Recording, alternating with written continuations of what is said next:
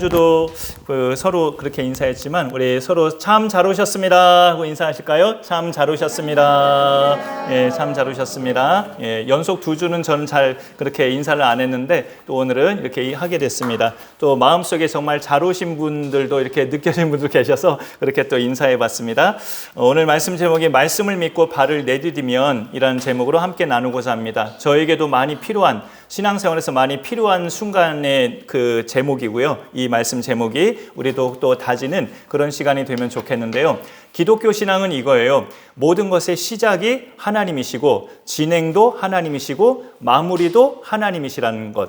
그것을 믿는 것. 이게 기독교 신앙입니다. 성경에서 말씀하는 하나님은 그런 분이세요. 그래서 그 요한계시록에 보면 나는 알파와 오메가요. 그 A에서 Z라고 이렇게 영어로 말하자면 그렇게 처음이요 마지막이다 이렇게 표현하고 있습니다. 그거 멀티탭 줄이 연결이 안 돼서 그래요. 그거 찾아서 연결해 주시면 될 것 같습니다. 이렇게 오늘 때일은 좀 더위가 있어서 좀 여름 같은 날씨인데 오늘은 좀 인내하시면 또 좋을 것 같아요. 예, 이열치열 같은 느낌이기도 해요. 저도. 예, 오늘 여호수아 본문이 3장인데 그 앞에 2장에 보면 2명의 정탐꾼이 그 여리고성을 먼저 탐지하고 오죠. 그 중에 기생 라합의 집을 만나서 그 집에 이제 숨겨둠을 잠깐 이렇게 라합이 숨겨두고 그 라합을 통해서 이 여리고성 사람들이 이스라엘 사람들을 어떻게 지금 여기고 있는지 다 듣게 돼요. 너희를 우리가 몹시 두려워하고 있다. 너희가 믿는 하나님은 하늘에서나 땅에서나 하나님이신 것을 우리가 알고 있고 바산왕 시온을 죽인 그런 어마어마한 신 하나님이신 것을 우리가 들어서 알고 있다. 그런 신을 믿는 너희가 우리 여리고성을 점령한다고 해서 우리는 지금 심히 두려워하고 있다. 이런 식으로 라합에게 여리고성 사람들의 심경을 다 듣게 돼요. 그 말을 듣고 여호수아와 모든 백성은 용기를 내서 하나님이 우리와 함께 하신다 하면서 이제 3장으로 들어가면 이제 요단강 도하를 시작합니다. 요단강이 이제 거기를 건너야 이제 본격적으로 하나님이 약속하신 가나안 땅에 입성이 되기 때문에 그 앞에 있는 요단강을 건너는 게 하나의 과제가 되었죠.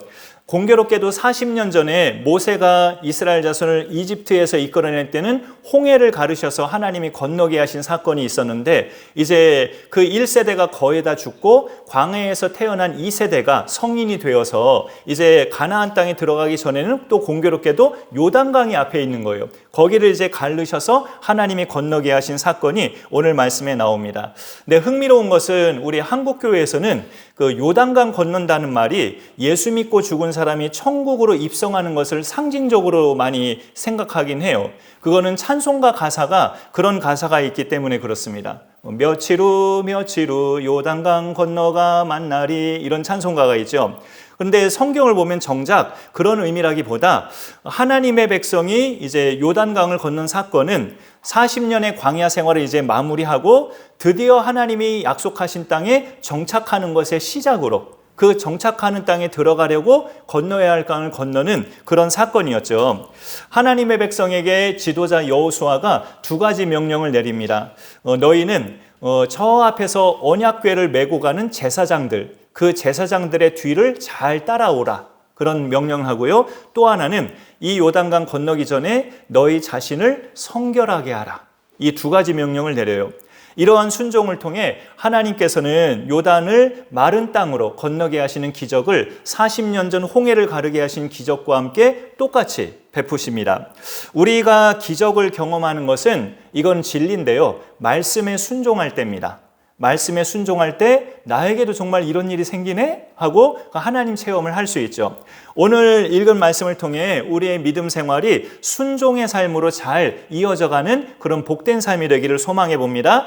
우리 주변의 간증자들이 고백하는 참 나하고는 차원이 다르게 사는구나 저분들은 하면서 그런 간증자들이 간혹 있잖아요. 그들이 고백하는 하나님 체험은 그들만의 것이 아니라 말씀에 순종하는 모든 사람의 것이에요. 내가 말씀에 순종하면 그런 간증도 내 신앙생활에서 발생하는 겁니다. 구약시대에 그 언약궤를 먼저 메고 앞서가는 제사장들은 하나님과 백성 사이에 그 중보자 역할을 했던 사람들이 제사장들이었죠. 그들이 이 언약궤, 하나님의 법궤죠. 그거를 선두에서 메고 요단강을 건너면 백성은 멀찍이 뒤를 따라서 오라고 하나님이 명령하신 거예요. 언약궤는 법궤라고도 하는데 일종의 나무 상자예요. 나무 상자인데 우리가 구약 성경 계속 통독 이미 지나서 또 가물가물할 수도 있는데 모세 오경에 보면 거기에 뭐가 들어있는지 세 가지가 나와 있어요. 십계명이 새겨진 두 돌판이 들어있고 그 다음에 40년 동안 임시 양식으로 먹었던 만나, 그 만나가 담긴 항아리가 또 법궤 언약궤에 들어있죠. 그 다음에 모세의 형 아론의 싹 난 지팡이. 다른 사람의 지팡이는 싹이 안 나는데 아론의 지팡이만 싹이 난 그런 역사가 있었었죠. 그 아론의 싹난 지팡이가 또 언약궤 안에 들어있었어요. 그 세 가지가 들어있었는데 40년 광야 생활할 때는 하나님이 자기 백성과 함께 해주신다는 증거가 구름 기둥과 불 기둥이었어요. 그때는 광야는 사막이니까 구름과 불이 낮밤으로 필요했기 때문에 내가 너희와 함께 한다라는 증표로 낮에는 구름 기둥으로 밤에는 불 기둥으로 함께 하셨죠. 하지만 이제 사막을 다 지나서 강물이 눈앞에 있을 때는 더 이상 그 강물 앞은 사막이 아니기 때문에 구름기둥, 불기둥은 필요가 없죠. 거기에서는 이제 하나님이 앞서가신다는 임재를 상징하는 언약궤, 그 나무 상자만 제사장들이 앞에 메고 가서 하나님이 너희보다 앞장서신다라는 의미로 언약궤가 앞에 가고 백성은 그 뒤를 따라서 요단강을 건너는 겁니다. 오늘 말씀을 보면 오늘 말씀은 사실 11절부터 있는데 3장 1절부터 쭉 보면 그 제사장들과 백성과의 거리가 상당히 떨어져 있음을 알 수 있어요. 성경책으로 보셔야 되는데 4절을 보니까 너희와 그 사이거리가 너희는 제사장들이죠. 언약궤를 맨 그 다음에 그 사이거리가 백성과의 사이거리 2000규빗쯤 되게 하라고 명령하십니다. 한 규빗은 1규빗은 성인 남자의 팔꿈치에서 장지 손가락 끝까지예요. 이거를 개인차가 있지만 대략 45cm라고 해요. 그럼 한 규빗이 45cm, 10규빗은 4m 50, 100규빗은 45m, 그럼 1000규빗은 450m. 근데 2000규빗 떨어지게 했죠? 대략 900m예요. 엄청난 거리죠. 눈에 보이나? 할 정도로 어린 시절에 100m 달리기 하려 이렇게 그 라인에 서 있을 때 꼬린 지점도 멀리 보여요. 어렸을 적에는 그 100m도 멀리 보이는데 900m가 시야에서 보일까? 라고 생각할 때 옛날이기 때문에 고층 빌딩도 없었고 무슨 건물들이 많은 것도 아니고 하니까 보일 수도 있겠구나라는 생각이 좀 들기도 해요. 그런데 이제 그거는 저의 상상력이고 이 탈출해서 40년 광야 생활을 마치고 이 이스라엘 땅 가나안 땅으로 들어갈 백성들도 부녀자와 어린아이까지 합쳐서 자료상에 보면 대략 200만이 좀 넘어요. 그 200만이 넘는 백성이 앞에 언약궤를 메고 가는 제사장들을 다 이렇게 시야에서 보려면 그 정도 간격은 떨어져 있어야 보인다라고 말을 합니다. 그래서 군중이 어마어마하게 많다는 뜻이죠. 따라갈 백성이. 그러니까 앞서가는 제사장, 언약궤를 메고 가는 제사장과 따라가는 백성들 사이의 거리가 멀리 있어야 그 앞에 가는 제사장이 모두가 다 볼 수 있는 거리에서 따라갈 수 있다는 뜻입니다. 하나님은 그거를 감안하셔서 900m 간격으로 이렇게 떨어지게 하셨어요. 그래서 그런 인도하심을 하나님이 하셨고요. 그러려면 그렇게 떨어뜨리게 걸어가면 너희가 행할 길을 알리니 라고까지 말씀을 하십니다. 멀찍이 있어야 온 백성이 언약궤를 보면서 방향을 잃지 않게 된다는 거죠. 이렇게 또 하나의 이유가 더 있는데요. 간격을 이렇게 멀리 떨어뜨린 이유, 영적인 이유인데 사람은 하나님의 백성이라 할지라도 어쨌든 본질적으로 죄인이기 때문에 하나님을 따를 때 하나님 뒤에 너무 바짝 따르면 안 된다는 거죠. 지극히 거룩하시고 완벽하신 하나님을 따르는 사람이 죄인으로서 그 하나님들을 따라가는데 바짝 따라가다가 하나님 앞에 죽임당할 수도 있고 너무나 완벽하시고 거룩한 신이시니까 그런 점에 있어서 일정한 거리 간격을 유지하면서 하나님을 따라와야 된다. 그것을 말씀해 주는 겁니다. 구약 시대니까 그런 의미가 담겨 있죠. 지금은 예수 그리스도를 믿는 사람은 예수님이 중보자시니까 거리 간격 개념이 상관이 없죠. 예수님이 내 안에 계시면 언제든지 나는 하나님께 바짝 붙어있을 수 있는 하나님의 백성이니까 예수님의 은혜가 그만큼 어마어마하게 크다는 뜻이에요. 그 사무엘하 6장에 보면 다윗이 하나님의 언약궤를 이제 자기 궁으로 가지고 오는데 우여곡절 끝에 블레셋한테 빼앗겼다가 이제 또 남의 집에 오벳에돔의 집에 있다가 드디어 이제 다윗 왕궁으로 하나님의 언약궤를 가지고 오는데 아비나답의 집에서 새로운 수레에다가 언약궤를 싣고 그 수레를 소 2마리가 끌어요. 소 2마리가 끌다가 이게 작년인가 그 본문을 여러분들에게 말씀으로 전했었어요. 나곤의 타작마당에 소가 이르렀을 때 소들이 갑자기 뛰어요. 그래서 수레가 막 흔들리자 언약궤가 비틀거려서 땅바닥에 떨어지려고 하니까 우사라는 사람이 그 언약궤를 덥석 자기 손으로 이렇게 붙잡습니다. 근데 그렇게 붙잡자마자 하나님이 그를 즉사하게 하셔요. 그 성경을 읽는 본문 중에 참 하나님에 대해서 이해가 안 되는 본문 중에 하나입니다. 언약궤가 박살날까 봐 그 사람은 나름대로 생각해서 붙잡은 건데 왜 하나님은 그 사람을 즉사하게 하셨을까? 구약 모세오경에 보면 하나님이 미리 다 언약궤를 옮기는 방법, 붙잡는 방법 이런 것들을 세세하게 율법서에서 알려주셨다라는 거죠. 너희는 거룩한 성물에 직접 손을 대지 말라. 그런 명령을 엄연하게 하셨다는 겁니다. 그런 점에 있어서 하나님의 계명의 완벽함을 새삼 우리가 어찌 보면 좀 무섭게 엄격하게 느껴질 수가 있는 거죠. 그리고 이 언약궤를 맨 제사장들 뒤를 잘 간격을 유지해서 따라오라는 명령과 함께 아까 말씀드렸죠. 또 하나의 명령은 요단강 건너기 전에 너희 몸을 성결하게 하라.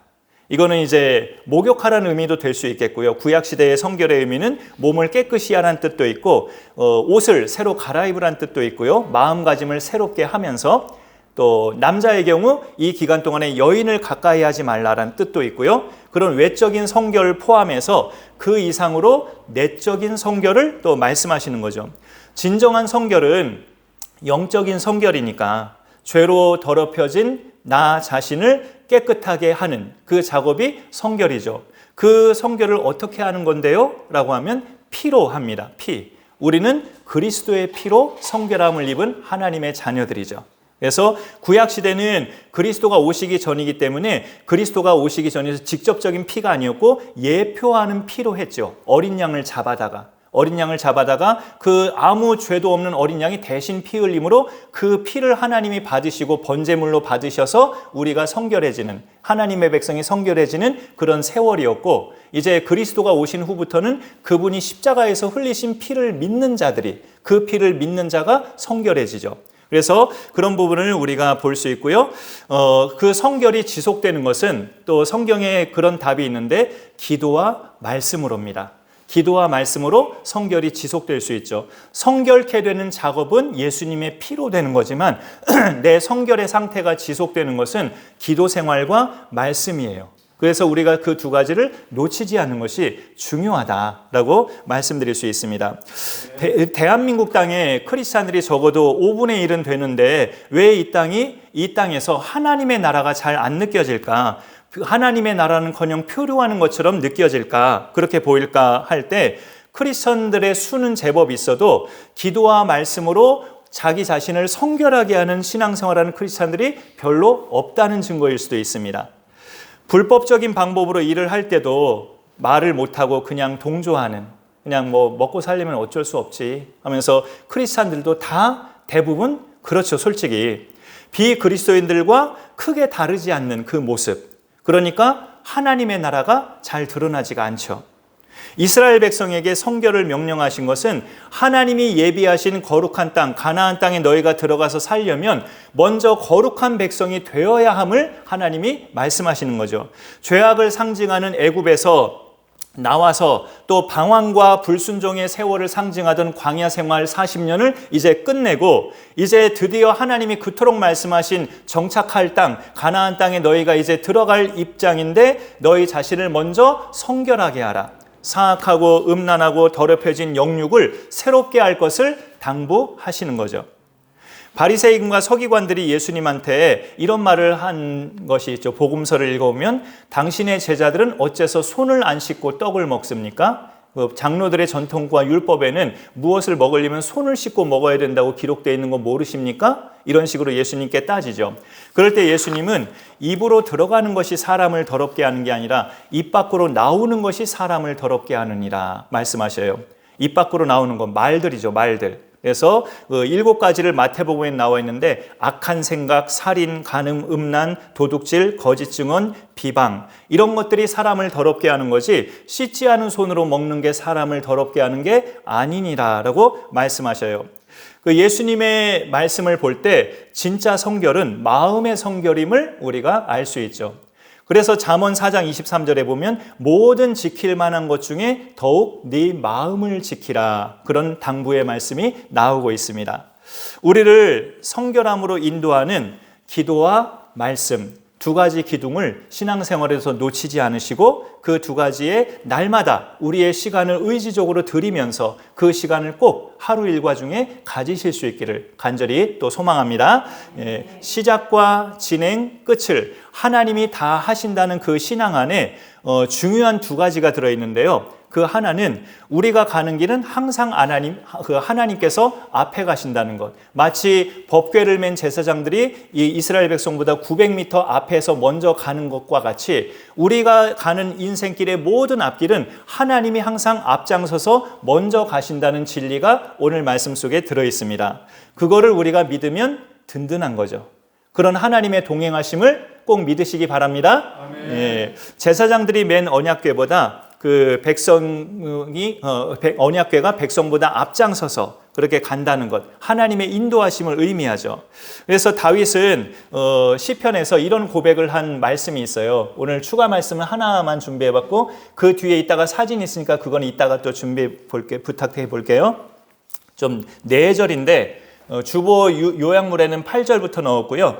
여기는 7절부터 해서 4절입니다. 우리 또박또박 한번 읽어볼까요? 시작. 내가 주의 영을 떠나 어디로 가며 주의 앞에서 어디로 피하리이까? 내가 하늘에 올라갈지라도 거기 계시며 스올에 내 자리를 펼지라도 거기 계시니이다. 내가 새벽 날개를 치며 바다 끝에 가서 거주할지라도 거기서도 주의 손이 나를 인도하시며 주의 오른손이 나를 붙드시나이다. 아멘. 사람이 그 살던 환경이 바뀌어지면 좀 불안해하는 경향이 있죠. 저도 그럴 것 같아요. 낯설고 적응할 때까지 그 일상생활이 또 다소 불편한 점도 있고, 왜 집을 이사만 하더라도 이게 뭐 좋은 집으로 이사하면 그런 불편함은 없지만 좀 생활이 어려워져서 좀 이렇게 오래된 집으로 이사할 경우는 수도 시설이나 화장실 시설 이런 것들이 전에 살던 것보다 열악할 수 있잖아요. 그럼 한동안 불편하죠. 환경이 바뀌어지면 불편한 게 또 사람인데 아는 사람도 없고 외롭기도 하고, 그렇기 때문에 이제까지 살던 곳을 떠나서 또 이제까지 일하던 직장을 떠나서 새로운 곳으로 옮기게 될 때 설렘도 있을 수 있겠지만 긴장과 두려움이 더 클 수 있어요. 그럴 때 하나님의 인도하심을 믿는 것이 신앙입니다. 그럴 때 하나님의 인도하심을 믿는 것이, 하나님은 나보다 무려 900m나 앞에 가셔서 먼저 가셔서 나의 모든 것들을 준비하고 계시는 나의 하나님, 그걸 믿는 것이 신앙이죠. 오늘 말씀 11절에 보라 온 땅의 주의 언약궤가, 언약궤를 소개할 때 온 땅의 주의 언약궤라고, 주님을 온 땅의 주라고 해요. 그러니까 내가 어느 땅을 가든지 어디에나 계시는 주님이라는 거죠. 내가 미국 가서 살더라도 미국에도 계시는 주님, 내가 다른 나라에 가서 살더라도 거기에도 계시는 주님, 아까 참고 말씀 읽었던 바다 끝에 가서 거할지라도 그렇게 다 어디든지 계시는 주님이라는 것을 고백하는 거죠. 이때 요단강을 건널 때 그 강물의 양은요, 휴가철에 놀러가는 계곡물 정도의 양이 아니었어요. 수영선수도 감당하기 버거운 그런 정도의 물양이었습니다.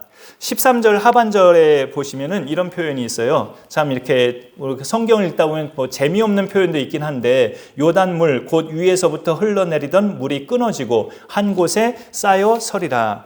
기적과 같은 표현이지만 이게 뭐 나하고 무슨 내 믿음과 직접 상관이 있나? 구약 성경의 많은 본문은 좀 우리가 그렇게 읽기도 쉬워요. 그런데 이제 그 물이 어떤 물이냐? 겨울 동안에 헐몬산에 얼었던 눈이 녹아서 그 눈이 녹아내려서 지류로 흘러진 물이 요단강과 합쳐진 어마어마한 양의 그 물양이에요. 그리고 또 이때가 언제냐면 15절에 보니까 15절이 요단이 곡식 거두는 시기에는 항상 언덕에 넘치더라. 이때가 또 곡식을 거두는 시기라는 거죠. 그래서 요단강이 그때는 항상 물이 차고 넘쳤다라는 거죠. 1년 중에 제일 물이 차고 넘치는 때라는 거예요. 이 곡식은 밀과 보리를 말하는데 우리나라 기준에서는 이때가 곡식 거두는 때인가? 하고 의아스럽지만 양력으로 3, 4월쯤이에요. 양력으로 3, 4월. 그러니까 3, 4월이니까 산에 있는 눈도 높고 또 지중해성 기후다 보니까 이때는 또 비가 많이 온대요.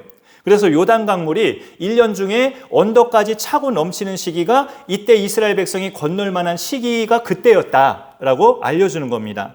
그런데 하나님의 도우심으로 마른 땅으로 건넜다는 거예요. 왜 하필이면 강물이 제일 넘칠 때 그렇게 건너게 하셨을까? 간단하죠. 이 일은 너희의 능력으로 된 것이 아니라 나의 능력으로 된 것이라는 걸 알려주시는 거죠. 요단강 이미지를 일단 이스라엘 지도로 사진을 한번 볼까요? 이스라엘 지도 그 다음 보면은 저렇게 한가운데 세로로 쭉 이렇게 위에서 아래로 쭉 내려가는 게 요단강입니다. 파란색으로 칠해져 있는 부분. 위에 상류에 갈릴리 호수가 있죠. 하류에 여매가 있죠. 사해. 성경에 여매라고 되어 있는데 그 사이에 쭉 이렇게 위에서 수직으로 흘러내는 강이 요단강인데 그 강을 건너는 것은 그 수직 따라 건너는 게 아니라 폭을 건너는 거죠. 가로질러서 그렇게 건너는 건데 자, 그림으로 이해를 해볼까요? 그 다음 페이지에 저렇게 건너는 거죠. 저렇게 건너서 처음에 발을 내딜 때는 언약궤를 맨 제사장들이 제일 선두에서 먼저 발을 내딛는 거예요. 강물에다가. 그러면 하나님이 갈라지게 하겠다라고 말씀하셨으니까. 그러니까 제사장들이 믿음이 있어야 돼요. 제사장들이 먼저 발을 내딛고 갈라지면 그 뒤에 백성들이 따라 들어가는 겁니다. 그런데 저 때의 강물의 깊이가 어땠느냐? 저 때의 강물의 깊이가 다음 사진 볼까요? 가장 수심이 깊은 데는 저 정도였어요. 제 키보다 훨씬 더 높은 깊이죠. 그러니까 저거를 아무리 이렇게 물이 안 갈라지는 이상 저 강물을 그냥 첨벙첨벙하면서 걸어서 건널 수 있는 깊이는 절대 아닌 거죠. 그런데 저 정도의 강물의 깊이를 하나님께서 어떻게 하셨느냐? 건너게 하신 거죠. 그 다음 사진 마지막 거. 저렇게 건너갔어요. 일반 백성들이 다 건널 때까지 언약궤를 맨 제사장 그룹 어디 있어요? 저 위에 한가운데 있죠. 하나님이 그렇게 명령하셨어요. 제사장들아, 너희는 언약궤를 메고 너희가 먼저 발을 강물에 내디딘 다음에 너희가 발을 내디디면 강물이 갈라질 것인데 그 다음에 강 한복판에 너희는 서 있어라. 백성이 다 지나갈 때까지 너희들은 강 한복판에 서 있다가 다 지나가고 그 다음에 이제 뒤에 행렬로 너희들은 따라가라. 이렇게 말씀하신 거예요. 강물을 건널 때는 너희가 제일 앞에 가서 발을 내딛고 그 다음에 다 건넌 뒤에는 뒤로 따라가고 이렇게 제사장 그룹에는 특별하게 저렇게 하나님이 더 믿음을 요하는 명령을 하신 겁니다. 여러분, 우리에게 발을 내딛는 행동은 뭐가 해당이 될까요? 우리가 발을 내딛어야 하는 행동, 어떤 것이 해당이 될까요? 내 마음의 품은 전도 대상자를 접촉하는 겁니다. 내 마음에 품고 있는 전도 대상자에게 용기를 내서 접촉하는 것이 강물에 발을 내딛는 행동이에요. 그렇게 내디디면 어떻게 될까요? 물을 갈라지게 하는 일은 하나님께서 하신다는 뜻이에요. 그의 마음을 열어주시고 교회에 오도록 인도하시는 것은 하나님께서 하시겠다는 뜻입니다. 하나님이 다 하신다는 신앙 안에 있는 두 번째 것, 이겁니다. 내가 발을 내디딜 때 하나님은 일하신다는 것. 내가 아무 일도 안 하면 아무 일도 안 일어나요. 제가 목요일마다 하는 예심에서 대표 목사님이 늘 하시는 말씀이에요. 여러분이 아무 일도 안 하면 아무 일도 안 일어납니다. 뭔가를 해야 무슨 일이 일어납니다. 이렇게 뭔가를 해야 하나님이 도우셔서 같이 일하십니다. 이런 이야기, 진리예요, 진짜.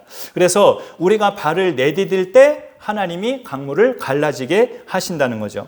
모든 것이 하나님의 능력으로 되지만 그분의 말씀을 믿고 따르는 사람을 통해 하나님은 일하신다는 거예요. 내가 특히 영혼 구원은 더더욱 그래요. 성경적으로 볼 때 사람을 구원시키는 일은 전적으로 하나님이 하시는 일인데 누구의 마음이 바뀌어서 신을 안 믿던 사람이 신을 믿는다는 게 이게 사람의 노력으로 될 일이 아니거든요. 하나님이 하셔야 되는 일인데 하나님은 그런데 그 일을 먼저 구원받은 사람을 통해서 하셔요. 먼저 구원받은 사람에게 위임하셔서 그 일을 하십니다. 그리고 그 사람이 순종하면 하나님이 도와주시는 거죠. 먼저 구원받은 사람은 아직 구원받지 못한 사람이 곁에 있을 때 그 사람을 마음에 품게 되죠. 내가 구원을 받았으니까. 하지만 아무 일도 하지 않는다면 아무 일도 일어나지 않아요.